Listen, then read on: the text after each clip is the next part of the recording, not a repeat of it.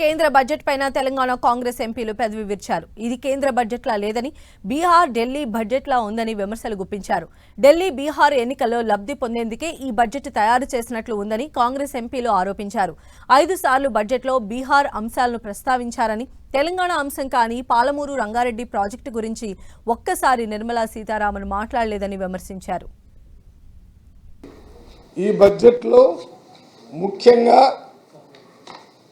ఎన్నికలు పోయేటటువంటి బీహార్ రాష్ట్రం ఢిల్లీ రాష్ట్రాన్ని దృష్టిలో పెట్టుకుని బడ్జెట్ తయారు చేశారు తప్ప భారతదేశ బడ్జెట్ లాగా లేదు.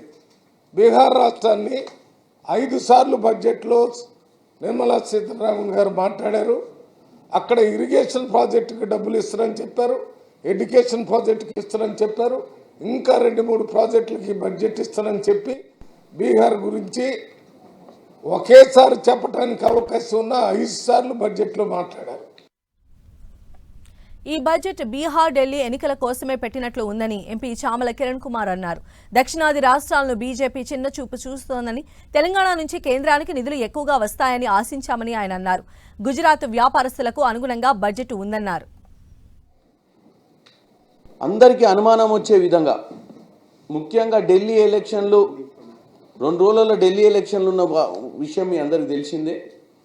ఈ సంవత్సరంలో బీహార్ ఎలక్షన్లు వచ్చేది మీరు చూస్తున్న విషయమే. ఈ బడ్జెట్ని కేవలం ఒక రాజకీయంగా మాట్లాడినట్టే ఉంది, కానీ ఈ బడ్జెట్ మీద బాగా క్లారిటీ ఇచ్చినటువంటి పరిస్థితి కనపడతలేదు.